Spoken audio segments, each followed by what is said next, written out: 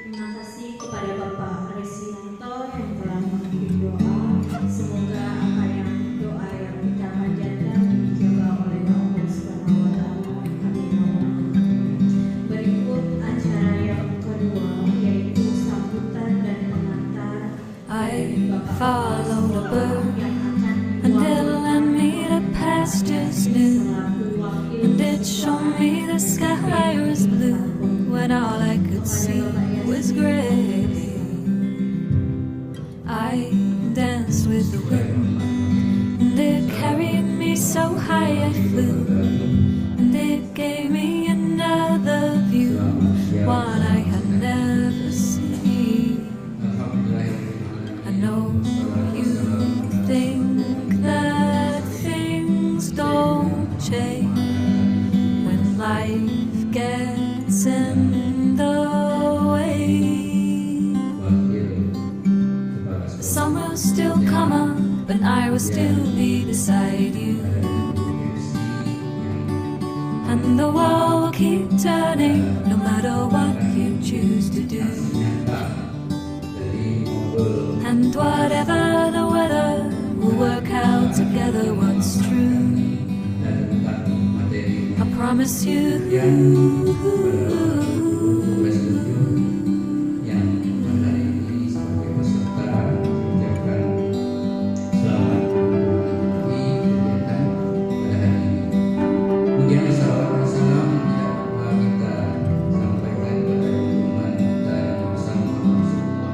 I walked on the earth, and it told me to run far away, to keep going until yesterday was out of my mind. I made a deal with the sea, and I asked it to carry me far beyond all those peaks I could see, beyond what was mine. I know you think that things don't change when life gets in the way. The sun will still come up, and I will still be beside you, and the world will keep turning no matter what you choose to do. And whatever the weather, we'll work out together what's true. I promise you.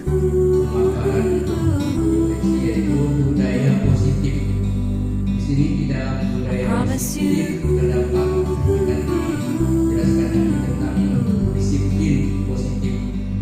I promise you.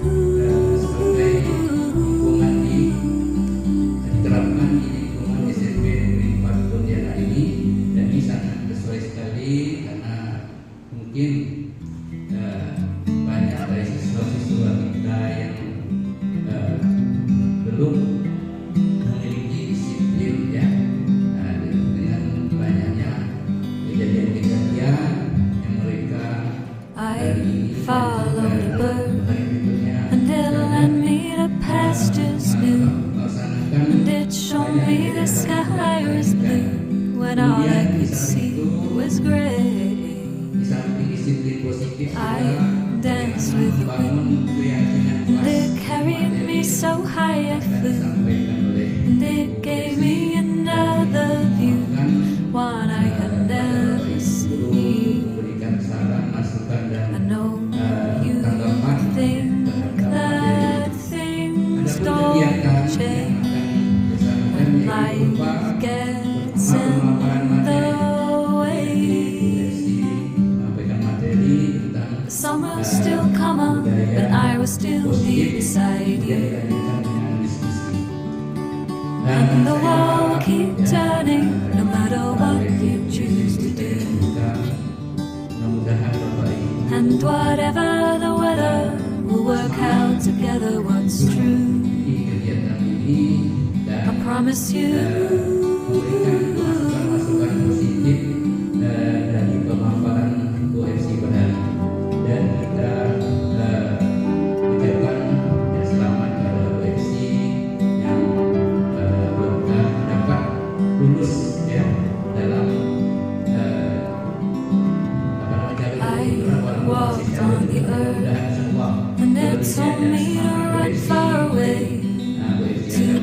Going until yesterday was out of my mind.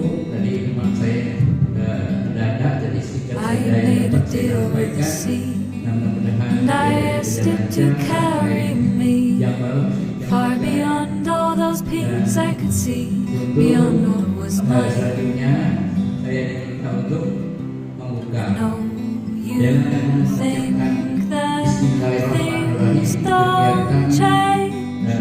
aksi nyata modul 1.4 diseminasi dan implementasi konsep inti budaya positif. The sun will still come up, and I will still be beside you, and the world will keep turning no matter what you Dapat saya choose sampaikan, to do. kurangnya saya mohon maaf. Wabillahi taufiq wal hidayah. And whatever the weather, Warahmatullahi we'll work wabarakatuh. out together what's true. kepada Bapak Wakil I promise you. Baiklah Bapak Ibu, mari kita mulai Promise you. penyampaian materi atau praktek baik Promise you. bagi atau FC. Nah, setelah nanti penyampaian materi sekaligus diskusi dan nantinya akan ada sesi tanya jawab. Karena materi yang akan disampaikan Bu S ini sangat menarik tentunya untuk semua ya, untuk kita di sini. Kami mengharapkan Bapak Ibu guru untuk memperhatikan dan mengikuti diskusi ini dengan sebaik-baiknya. Baiklah, selanjutnya kami persilakan kepada Ibu FC Kurniasi SPDGR untuk menyampaikan materi. Kepada Bu FC kami persilakan. Baiklah, terima kasih Bu. Assalamualaikum warahmatullahi wabarakatuh. Yang terhormat Bapak Wakil Kepala Sekolah beserta Ibu-ibu wakil, yang terhormat teman-teman guru, rekan-rekan sejawat saya. Terima kasih atas kesediaannya untuk menghadiri kegiatan aksi nyata saya. Sungguh kehadiran Bapak Ibu merupakan support yang besar bagi kegiatan ini. Semoga apa yang saya sampaikan, jadi saya di sini hanya menyampaikan materi yang sudah saya dapat, kemudian dibagikan kepada sekolah sesuai dengan amanah program guru penggerak. Saya izin berdiri ya Bapak Ibu ya.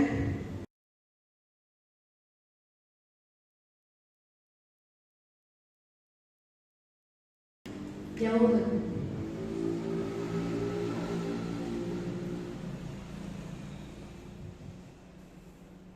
Sebelumnya saya mau disclaimer dulu bahwa saya tidak bukan lebih baik begitu, bukan juga sudah menerapkan informasi ini dengan ideal, belum.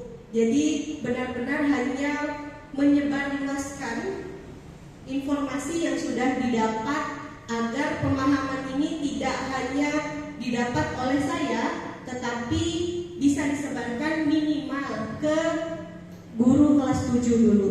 Nah, harapannya dari mulut ke mulut, hal kecil ini bisa tersebar ke seluruh sekolah dan bisa berdampak positif bagi sekolah kita. Seperti itu. Jadi materi yang akan disampaikan pada hari ini adalah budaya positif.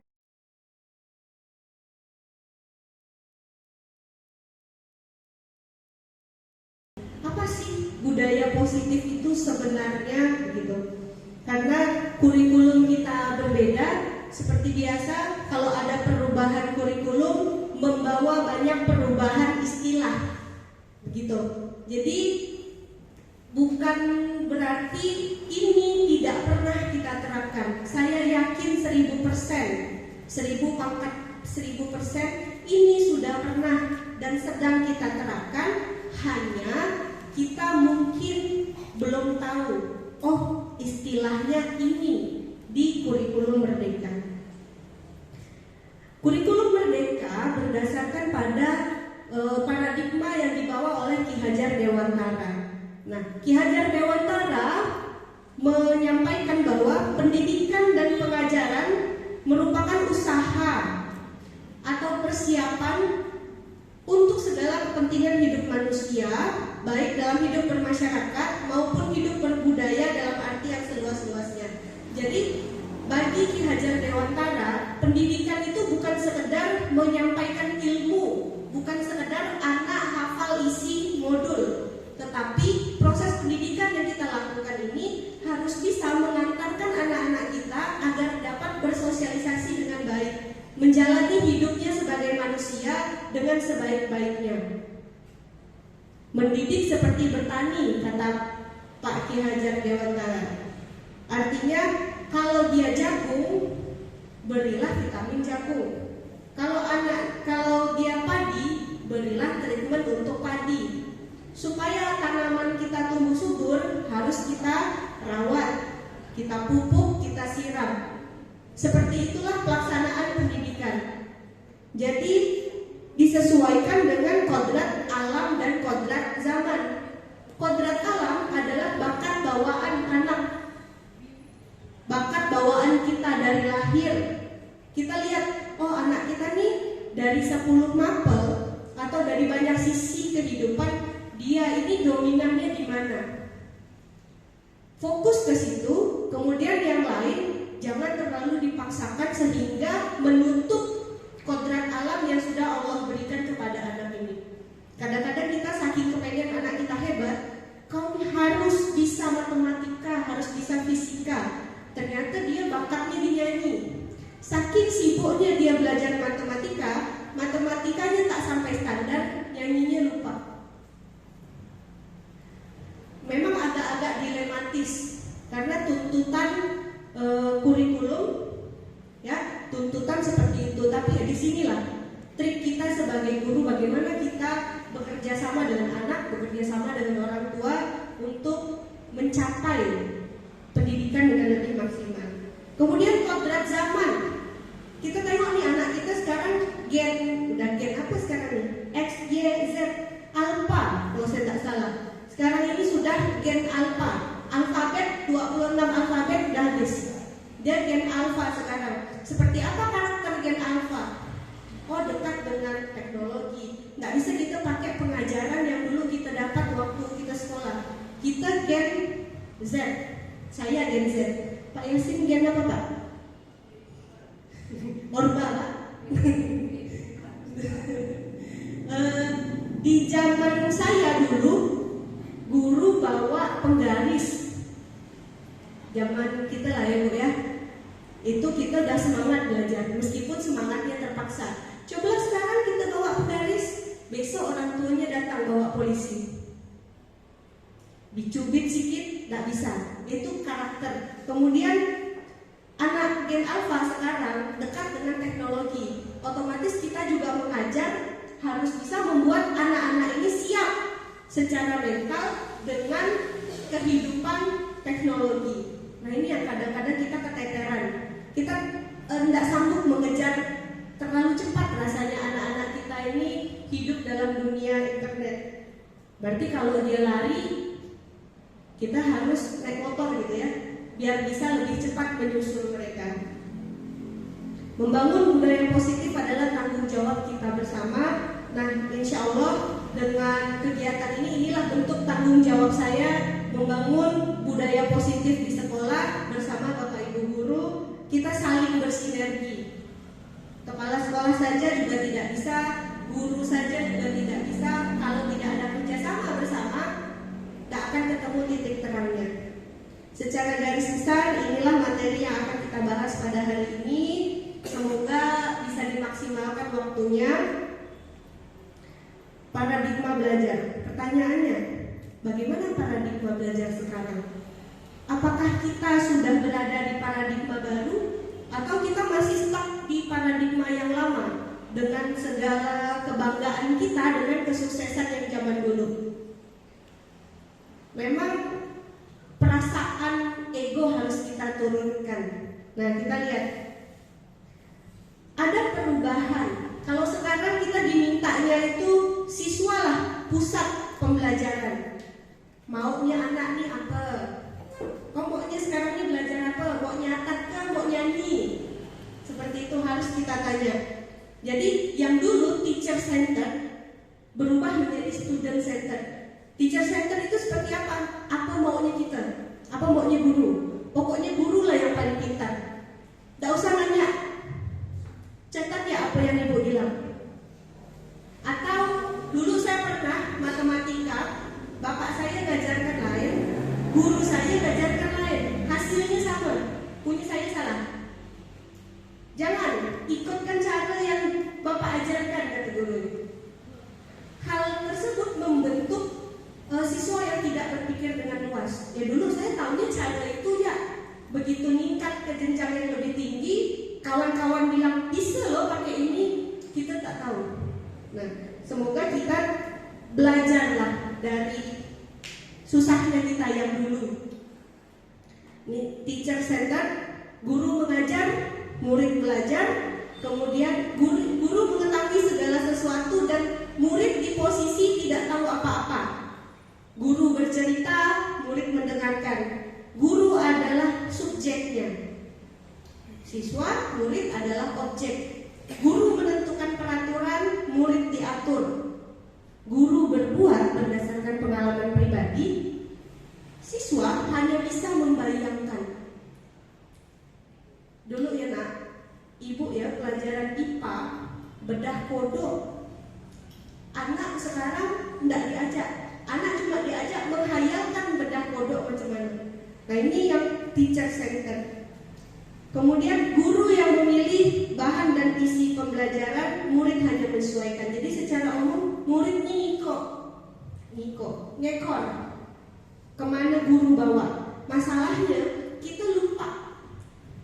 Kita ini udah cukup luas atau belum pengetahuan kita. Ini yang teacher center. Harapan dari kurikulum Merdeka adalah terbentuknya student center. Siswa lebih aktif, siswa konstruktif dan bisa berkolaborasi, antusias, mau berdialog, kemudian sesuai dengan konteks, reflektif. Reflektif artinya murid-murid ini mau menimbang kembali apa yang tadi sudah dipelajari, kemudian multisensori, tidak cuma nyatat, ingin menampilkan diri, dan HOTS lagi. Kelebihannya bisa meningkatkan daya kritis, tapi kelemahannya pasti udah pernah kita alami bersama, agak sulit diterapkan di kelas besar. Apalagi kita muridnya 33, kemudian memerlukan lebih banyak waktu. Yang terakhir ini kurang cocok untuk peserta didik yang kurang aktif, mandiri, dan demokratif.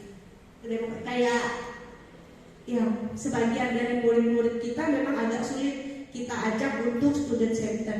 Tapi dari 30 siswa pasti ada lah 1, 2, 3, 4 anak yang mau aktif. Nah, anak yang mau aktif ini bisa kita jadikan agen. Seperti itu. Disiplin positif. Bagaimana bentuk disiplin yang selama ini kita terapkan? Apakah disiplin beda atau sama dengan hukuman? Coba saya mau tanya. Menurut hukuman dan disiplin sama tidak? Beda. Berbeda. Gimana, Bu?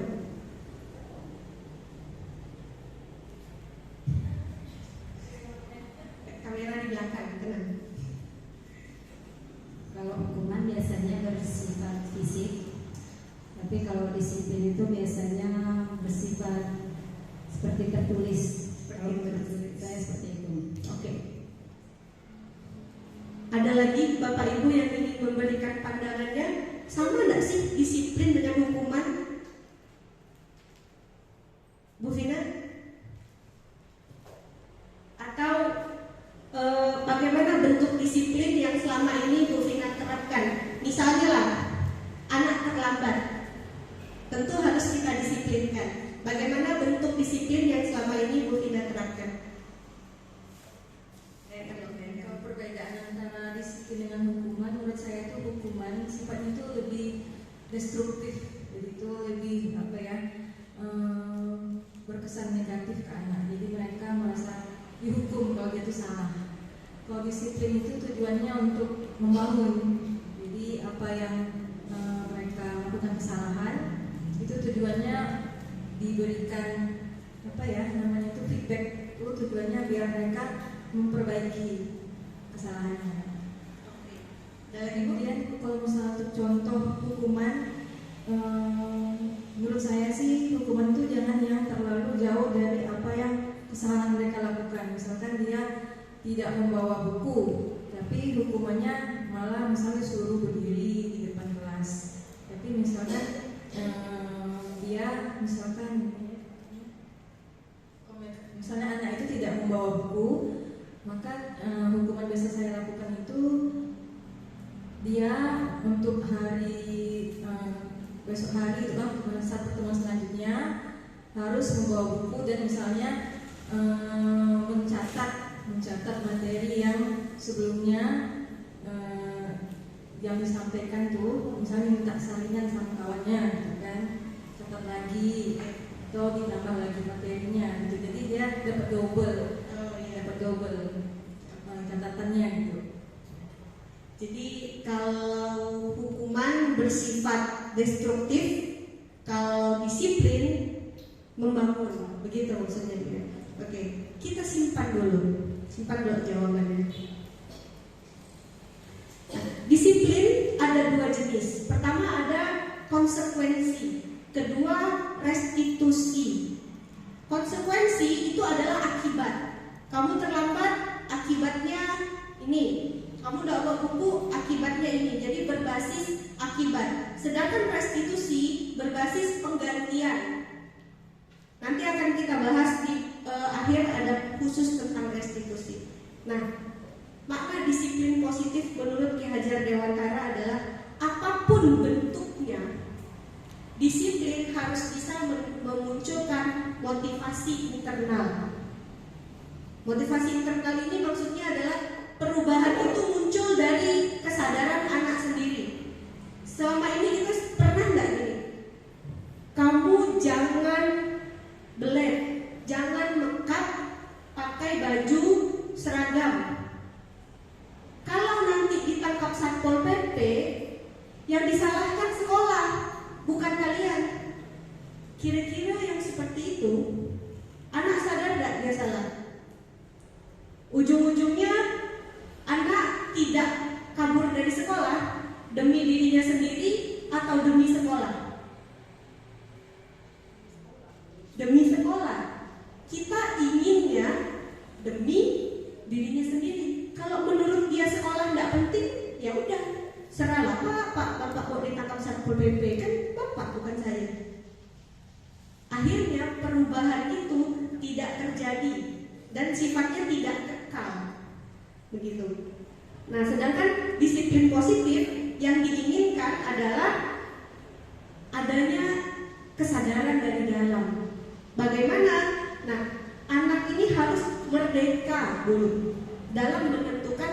Di sini peran kita mengarahkan anak dalam memilih restitusi atau pengganti hukuman yang diinginkan. Lalu di kurikulum merdeka ini ada istilahnya dihukum oleh penghargaan. Kita ngasih penghargaan maksud kita untuk memotivasi anak. Ternyata berdasarkan teori ada yang namanya dihukum oleh penghargaan. Dikasih penghargaan nih, tapi dia terhukum. Ya, Pak Iwan. Pertama, kadang-kadang penghargaan kita itu hanya menimbulkan motivasi jangka pendek. Pernah nggak kita dapat pertanyaan begini, Bu Yuni pernah nggak nyuruh anak kerjakan sesuatu, anaknya nanya, dinilai nggak Bu? Pernah kan? Bu, ini dikumpulkan nggak Bu? Sering. Karena nilai, mereka menganggap nilai adalah penghargaan. Ketika tidak diberi penghargaan, motivasinya hilang. Jadi dia belajar demi penghargaan. Kemudian kadang-kadang, ini tidak semua ya, tidak semua. Kadang-kadang bisa merusak hubungan antar si A dan si B, antar murid, mengurangi ketepatan, kemudian menurunkan kualitas, mematikan kreativitas, kemudian menghukum. Saya pun ketika dengar materi ini rasanya, terus saya harus bagaimana nih mengapresiasi murid saya? Salah ya, ngasih penghargaan pun salah. Seperti itu. Ternyata caranya adalah jangan di depan umum, sehingga menimbulkan perasaan tersindir oleh murid yang lain. Padahal maksud kita biar dia jadi contoh. Kemudian cara yang kedua adalah menguatkan karakter positif di anak. PR lagi. Banyak PR guru nih kan. Motivasi perilaku manusia. Semua tindakan yang dilakukan oleh manusia pasti ada alasannya. Saya di sini alasan saya adalah untuk melakukan aksi nyata, berbagi materi yang sudah pernah saya dapatkan. Bapak Ibu ada alasannya. Sekarang murid kita ketika dia terlambat, ketika dia nakal, sesuatu yang kita anggap nakal, pasti ada alasannya. Apa alasannya? Coba kita diskusikan dulu. Sebagai seorang guru, saat kita hadir mengajar di kelas tepat waktu, mengapa kita seperti itu? Kenapa sih kita masuk kelas tepat waktu? Pilihannya, apakah karena tidak ingin ditegur atasan, atau biar dipuji guru lain, atau karena kita menghargai profesi kita, menghargai diri sendiri. Kita dialog biar tidak terlalu ngantuk. Bu Suci dan Bu Nur ini kan kalau masuk pasti tepat waktu, masuk kelas tepat waktu. Ngapa Ibu tepat waktu? Karena kita ingin mengajarkan ke anak. Karena kalau misalnya kita melarang anak harus itu ya, nggak boleh telat ya. Jadi kalau misalnya kita sebagai guru itu telat, ibu nggak boleh telat. Masa kami enggak, gitu kan? Jadi setidaknya menjadi contoh anak, ibu ini datang tepat waktu. Jadi kalau misalnya kita mau menegur bagi salah satu oknum anak yang terlambat, itu ibaratnya kita menang satu langkah. Tidak dibalikkan. Kalau Bu Nur ini, kalau di sekolah ini tidak ada peraturan, Bu, tidak ada peraturan, apakah kita tetap datang tepat waktu atau ya udahlah, tidak ada absen, tidak ditegur, tidak dititik. Jadi alasan kita menghormati pendapat tepat waktu itu, yang pertama itu karena memang ya itu adalah satu peraturan karena memang sudah ada aturan bahwa kita sebagai guru ya sebagai kita ada acuannya bahwa harus datang sebelum murid kita datang kan gitu. Ya, jadi di sini juga memberikan contoh juga kepada anak bahwa memberikan contoh yang baik kepada anak ya kan. Kalau kita guru saja sudah datang telat misalnya atau masuk kelas sudah telat ya kan, itu anak juga sudah menilai kita. Nah akhirnya anak juga akan berbuat yang sama seperti kita gitu kan. Kemudian selain itu juga mengajarkan disiplin kepada anak. Nah itu saja menurut saya. Jadi bukan tuntutan untuk memang harus tepat waktu. Oke, alhamdulillah. Tepuk tangan dulu lah untuk guru-guru SMP Negeri 4. Mantap Pak. Nah, memang anak itu bukan mengerjakan apa yang kita suruh, tapi melihat apa yang kita kerjakan. Ketika anak kita terlambat, mungkin kita sering terlambat di kelas dia. Enggak apa batalan Bu FC pun pasti datang telat. Kalau ketika anak makan di kelas, mungkin suatu hari kita pernah keceplosan enggak sengaja makan di kelas. Seperti itu. Secara umum berdasarkan teori ada 3 perilaku manusia, motivasi perilaku manusia. Pertama, kita itu tidak melakukan A, tidak melakukan B, melakukan A, melakukan B untuk menghindari hukuman. Tidak salah, tidak salah. Kemudian untuk mendapatkan imbalan atau penghargaan dari orang lain. Kedua, motivasi ini tidak bisa dibilang salah karena targetnya adalah perilaku baiknya. Tapi yang paling enak motivasinya, yang diharapkan lebih kekal motivasinya adalah yang ketiga, yaitu motivasi untuk menjadi orang yang diinginkan. Saya mau jadi orang yang seperti apa? Kemudian menghargai diri sendiri dengan nilai-nilai yang murid percayai. Anak-anak percaya dia anak yang sukses di masa depan. Kita tanamkan kepercayaan itu kepada anak. Nah, maka tugas kita adalah, kau ini kan mau jadi orang sukses. Masa orang sukses kayak gini? Bagaimana sifat orang sukses? Seperti itu yang harus kita tanamkan agar motivasi disiplin positifnya itu benar-benar dari diri sendiri. Selanjutnya adalah kebutuhan dasar manusia. Kira-kira Bu Tantri, apa ya kebutuhan dasar kita sebagai manusia?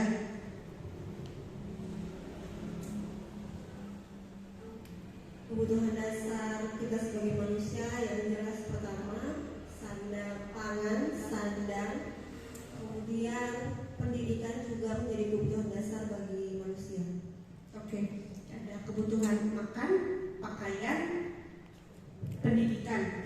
Ada yang ingin memberikan pendapat? Bu Yuni boleh kok, Bu. Geleng tapi tangannya gini. Kebutuhan dasar manusia itu sebenarnya manusia itu butuh hidup bersosial. Hidup bersosial. Iya, butuh interaksi. Nggak bisa sendiri gitu ya. Iya, nggak bisa sendiri. Itu kebutuhan pokok yang utama. Jadi kita harus memerlukan orang lain dalam pengembangan diri kita sendiri. Terima kasih. Sama-sama. Berarti nggak pernah jomblo, Bu? Oke.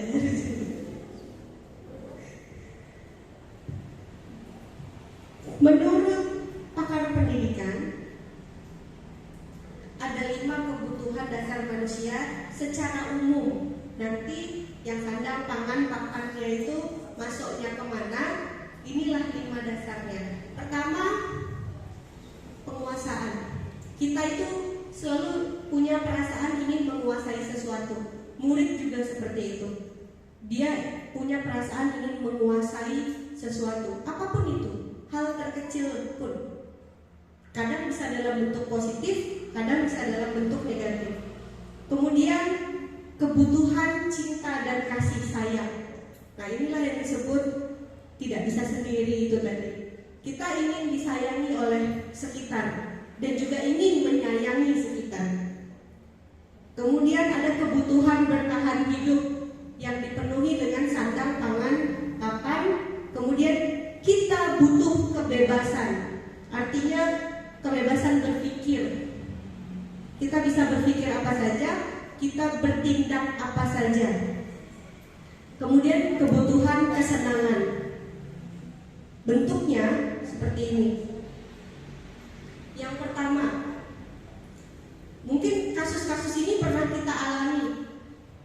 Ibu Ambar, guru wali kelas 2A di SD Pelita Hati, sedang bingung menghadapi ulang salah satu murid di kelasnya, Doni.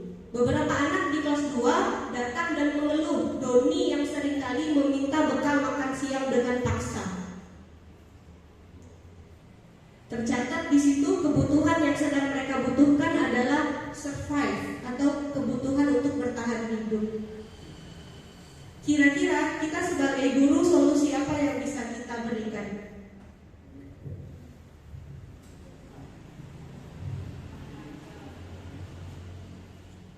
Ada yang ingin menyampaikan pendapatnya? Pak Iwan? Saya menambahkan yang di kebutuhan manusia.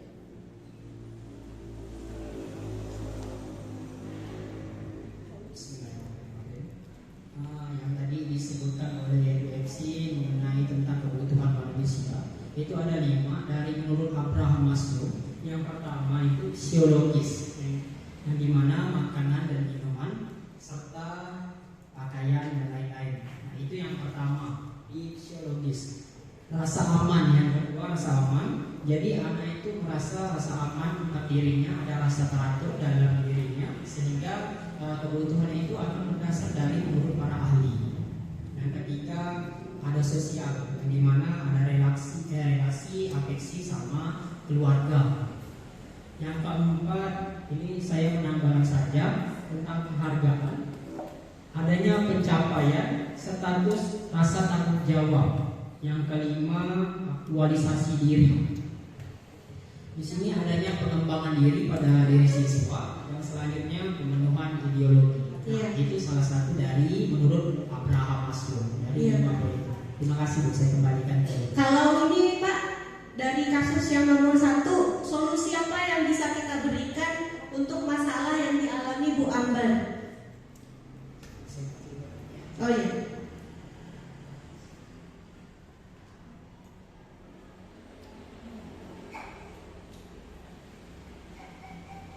Untuk kasus Tidoni nih, yang sering minta makan siang. Kalau kita mungkin di sini sering minta duit kali ya?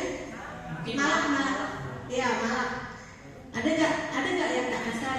Tambahkanlah 1.000, ada kan yang kayak gitu tuh?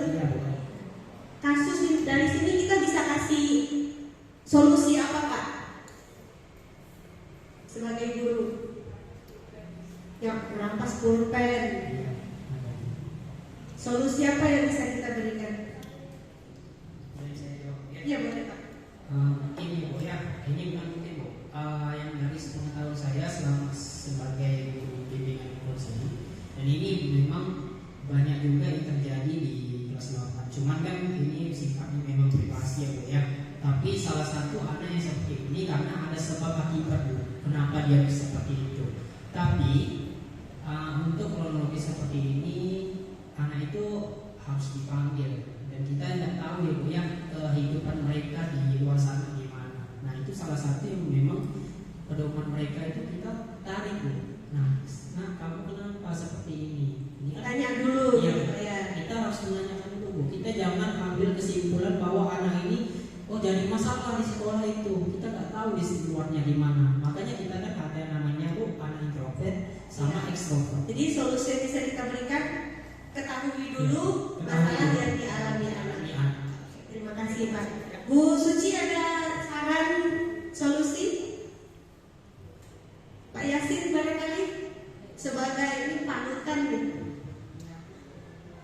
Kalau udah buntu nanganin anak, nanyanya ke Pak Yasin. Gimana Pak? Harusnya kita seperti apa nih Pak?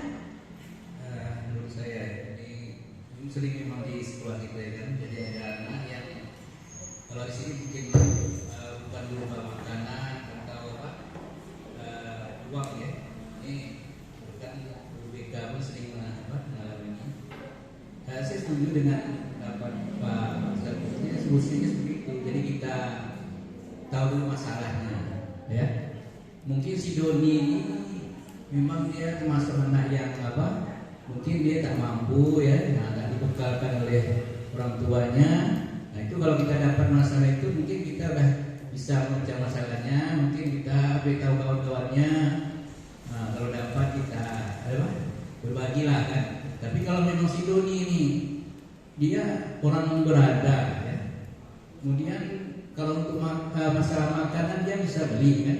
Nah mungkin ini perlu penanganan khusus dari guru BK. Mungkin ada apa ini? Mungkin dia memiliki sifat ya dari calon atau ada bakat-bakat jadi preman. Nah ini yang perlu ditangani oleh guru BK ini. Tapi kalau dia memang anak yang tidak mampu, mungkin seluruh kelas tadi bisa bersepakat ya. Nah, ini ada dua kemungkinan juga ya. Jadi kita tahu dulu masalahnya. Nah itu saja dari Bapak saya. Terima kasih Pak. Nah, jadi ternyata kita harus cari dari dua sisi ya Pak ya. Karena anak-anak ini penuh misteri. Kadang apa yang kita lihat beda dengan terjadi di kehidupannya begitu ya Pak. Kemudian kasus yang kedua, Bimo, siswa kelas 7A selalu berlari keluar kelas menuju kantin. Tingkahnya ini membuat gurunya bingung. Ketika ditanya, dia cuma jawab, aku senang main kejar-kejaran dengan ibu guru, seru, caper begini. Ada Bu, setiap hari lah kita ketemu. Gitu Kak, kita udah berdiri di ujung lorong, dia masih nongkrong depan kelas. Macam mana lah nih, Anda yang seperti ini?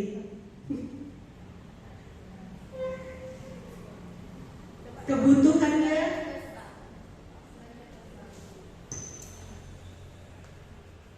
saya coba menanggapi kasus ini ya Bu ya.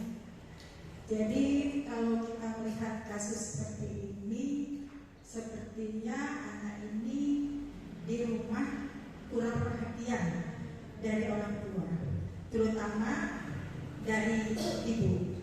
Ya. Nah, jadi ketika dia di sekolah, sepertinya dia ingin mendapat perhatian dari guru tersebut, sehingga dia melakukan hal itu. Jadi dengan cara seperti itu mungkin dia merasa ada teman gitu. Ada teman untuk bermain gitu kan. Ada teman untuk bermain yang selama ini atau yang di hari-harinya di rumah tidak pernah dia rasakan. Ya, tidak pernah dia rasakan. Ya. Jadi ada rasa ingin cari perhatian. berarti dia bukan nakal ya Bu? Saya rasa dia tidak nakal, tapi dia hanya butuh perhatian. Iya. Jadi yang kita lakukan masuk, Ya. Mungkin ya ininya seperti itu. Nah, jadi dalam hal ini kita sebagai guru juga tidak bisa langsung marah kepada anak itu. Kita harus mencari dulu apa penyebab si anak ini sehingga bertingkah laku seperti itu. Jadi dari segi psikologinya dia itu perlu bantuan. di sekolah kita banyak ya Bu ya. Iya, jadi selain belajar kasih. Terima kasih Bu.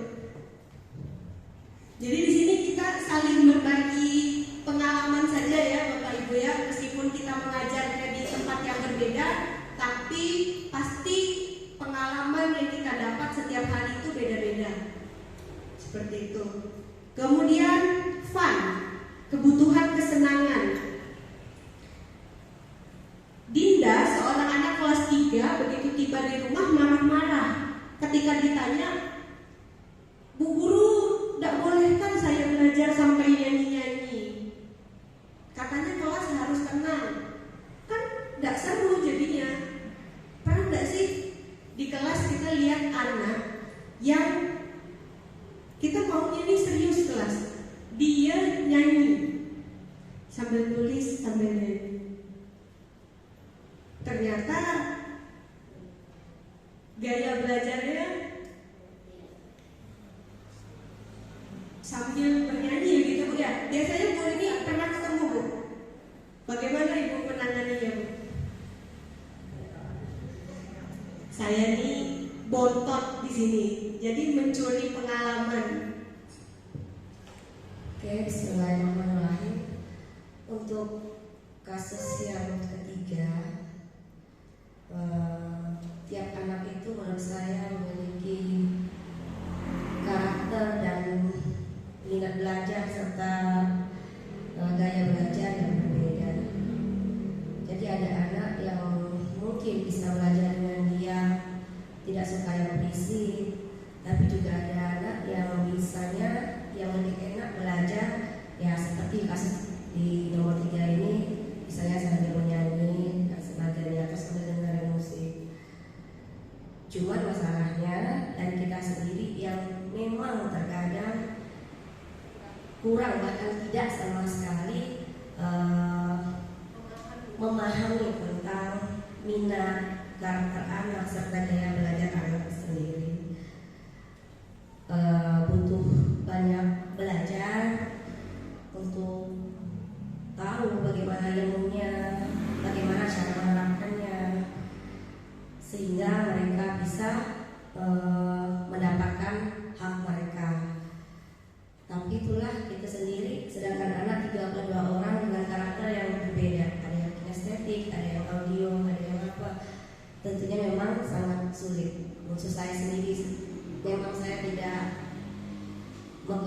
lah mengatasi hal-hal yang seperti ini. Kayaknya inilah sama-sama. Inilah yang membuat kita itu kalau pulang ya Bu ya, kalau pulang ke rumah lelah fisik dan mental.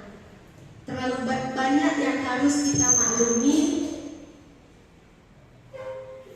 Jadi kita mengalah, padahal kita secara pribadi pun punya gaya, tapi gaya yang kita miliki itu harus kita kesampingkan demi kebutuhan anak-anak kita.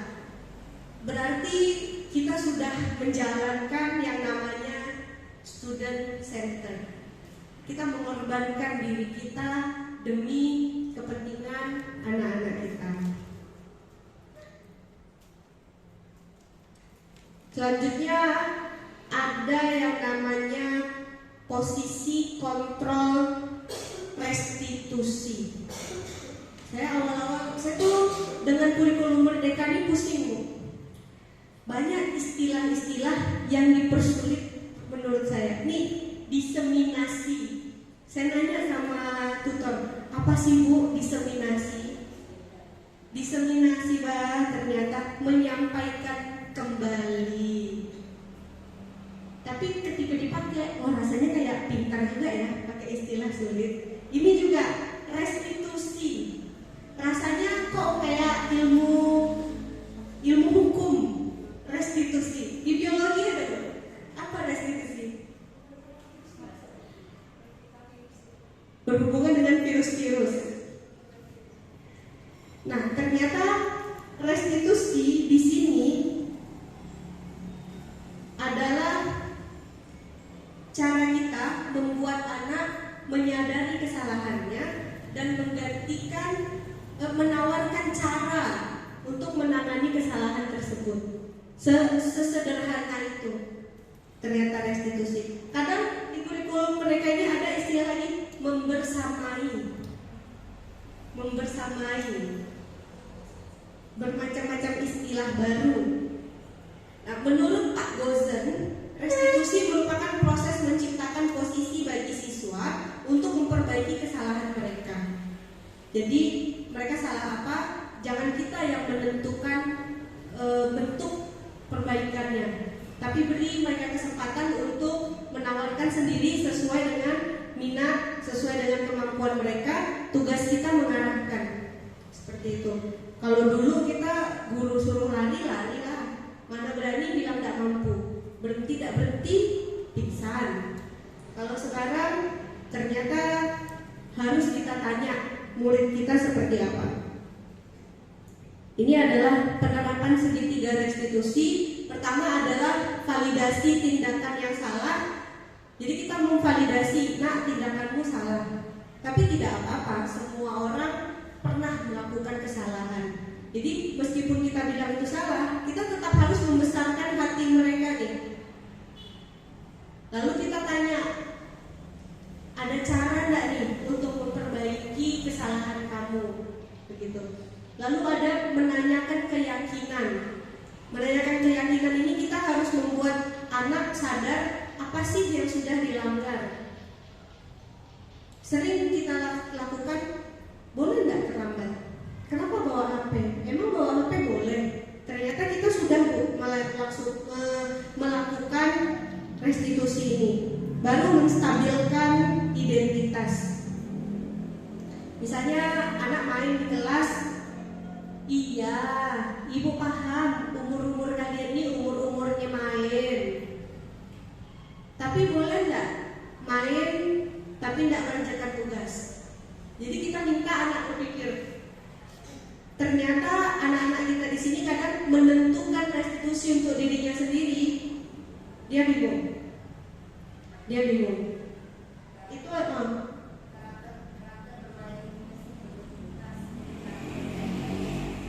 Iya. Egosentrisnya belum tuntas. Jadi memang kadang-kadang tuh nggak nyambung. Dia datang terlambat. Kenapa terlambat? Kita tanya. Dia jawab, saya telat Bu. Ya, kenapa telat? Itu pun dia bingung. Bagaimana caranya supaya nggak telat nak? Bingung nggak dia? Penuh dengan kebingungan. memang harus banyak-banyak sabar kita di sini. Kadang-kadang, udah masuk ya. Saking kita ingin cepat memulai pembelajaran. Nah, ini ada sebuah diskusi lagi.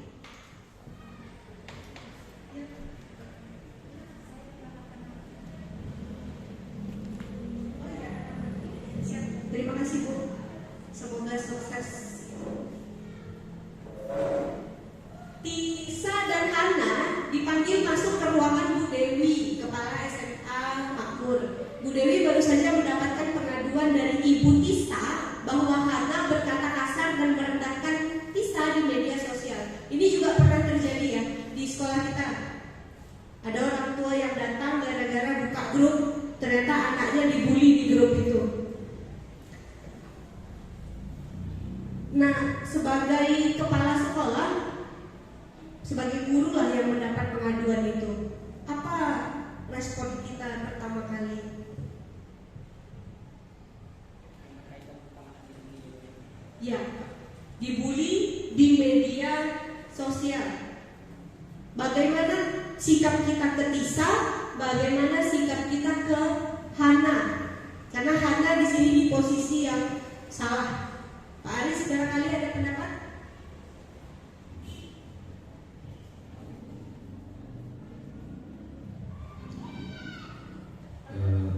Mungkin dipertemukan kedua anak dan difasilitasi oleh, kalau sudah di lingkup SMP atau SMA kan ada bimbingan konseling.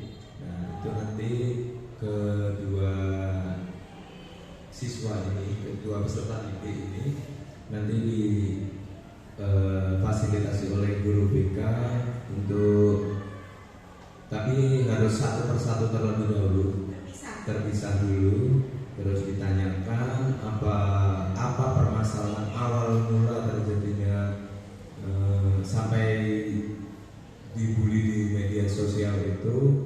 Terus nanti setelah itu mungkin dicarikan solusi terbaiknya seperti apa. Nah, setelah itu baru dimediasi di dunia nyata, bukan di sosial media tadi gitu. Dimediasikan oleh guru bimbingan konseling atau didampingi, nanti juga orang tua mungkin bisa mendampingi siswa tersebut atau peserta didik tersebut. Terima kasih. Terima kasih Pak. Jadi kalau kita marahkan si Hana aja dibiarkan dimarahin sama ibunya Tisa, salah juga ya Pak ya, salah. Karena bisa menimbulkan si Hananya mungkin jadi tidak jujur, malah lari atau malah tidak masuk. Bukan yang memperbaiki situasi, malah memperburuk hubungan. Nah, di situ kita bisa tentukan di mana posisi kita dalam menghadapi siswa. Apakah kita sebagai penghukum? Apakah kita sebagai pembuat rasa bersalah? Penghukum itu mudah sekali kita identifikasi. Anak datang terlambat, pungut sampah 50. Datangnya terlambat, hukumannya kebersihan. Jadi antara hukuman, benar kata Bu Tina, antara hukuman dengan kesalahan gak sinkron. Hukumannya tidak bawa PR, kesalahannya tidak bawa PR, hukumannya bersih ke WC jauh. Itu adalah penghukum. Kadang-kadang saya pun, kita semua pernah berada di posisi ini. Kemudian pembuat rasa bersalah.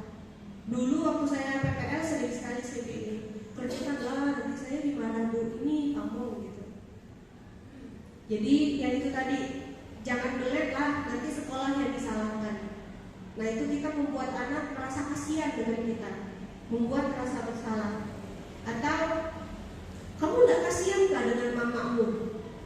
Itu juga sering kita ucapkan. Ternyata itu adalah bentuk kalimat pembuat rasa bersalah. Kemudian posisi sebagai teman, kita menempatkan posisi kita dengan anak-anak itu sebagai teman. Lalu kita melihat bagaimana anak kemudian mengingatkan konsekuensinya. Udah, begitu saja. Oke, terlambat. Kalau terlambat, seperti apa konsekuensi yang sudah kita sepakati? Jadi hanya sebatas mengingatkan konsekuensi saja kalau sebagai pemantau. Harapannya kita bisa berada di posisi manajerial. Kita membimbing anak tidak hanya menyadari kesalahannya, tapi juga mengarahkan anak untuk memperbaiki kesalahan tersebut. Karakternya seperti ini. Tidak terbaca.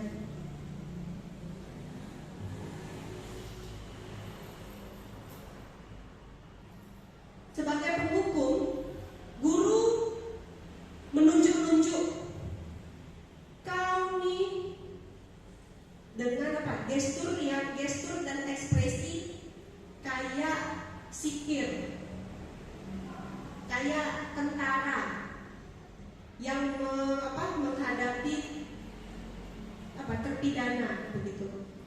Kemudian kalau dia membuat merasa bersalah, kita berceramah dan menunjukkan kekecewaan kita. Inilah ini dengan kamu nih. Jadi dia tuh merasa bersalah. Sedangkan sebagai teman kita meringankan gitu. Seolah-olah ini tidak ada salah. Tenang ya, ada apa-apa. Menenangkan tapi tanpa mengingatkan tentang kesalahannya. Waalaikumsalam. Pemantau kita menghitung dan mengukur. Jadi pemantau itu seperti itu, kalkulatif sekali. Kamu udah 3 kali berarti perjanjian ketiga berarti keluar. Begitu saja pemantau. Sedangkan di posisi manajer, kita mengontrol diri kita dan mengajukan pertanyaan-pertanyaan. Mengapa seperti itu? Apa sebabnya? Lalu bagaimana solusinya? Itu yang manajerial. Butuh banyak kesabaran untuk berada di posisi ini. Nah, ini adalah keyakinan kelas. Dulu kita buat kesepakatan kelas dulu istilahnya. Sekarang keyakinan kelas. Bedanya kesepakatan dengan keyakinan. Keyakinan ini sifatnya lebih umum, memberi kebebasan yang seluas-luasnya kepada anak untuk menyarankan keinginannya sendiri di kelas itu. Keyakinan kelas bersifat lebih abstrak daripada peraturan yang terlalu rinci dan nyata. Lalu keyakinan kelas berupa pernyataan-pernyataan universal dibuat dalam bentuk positif, tidak terlalu banyak, mudah diingat. Kemudian yang paling penting adalah disusun oleh anak. Kita hanya sebagai fasilitator. Mengapa disusun oleh anak? Karena dia yang mengusulkan peraturan itu, harapannya dia konsisten untuk mematuhinya. Contohnya, setiap anggota kelas perlu belajar, setiap anggota kelas perlu senang, setiap anggota kelas perlu melakukan tugas, setiap anggota kelas perlu saling menghargai, setiap anggota kelas perlu merasa aman.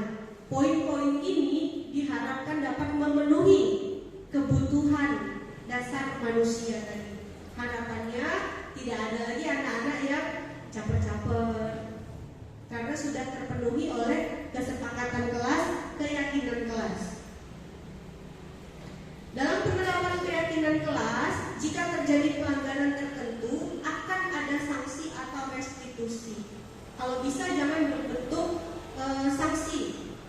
Sanksi itu berarti kita kurang mengontrol diri, tapi minta restitusi, yaitu pengganti. Nah, seperti ini. Kalau hukuman sesuatu yang menyakitkan, contohnya lah kasus anak tidak mengerjakan tugas, lupa mengerjakan soal, kita suruh dia kerjakan lagi 5 kali tugasnya. Menyakitkan. Ujung-ujungnya dia tidak ikhlas tuh, nulis yang keempat, yang kelima dan tidak ikhlas tuh. beli dia restitusi. Tapi jika anak sendiri yang menawarkan itu, lalu kita tanya, kamu sanggup? Kamu keberatan? Dan dia bilang tidak keberatan dan sanggup, boleh itu diberikan. Karena itu adalah tawaran dari dia sendiri dan dia sendiri yang sanggup dengan hal tersebut.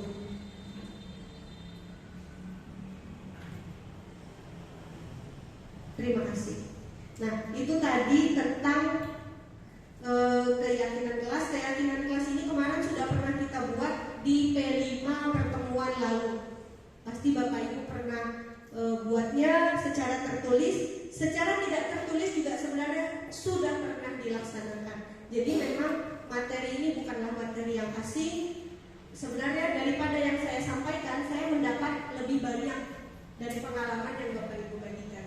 Sekian materi dari saya kembalikan ke moderator.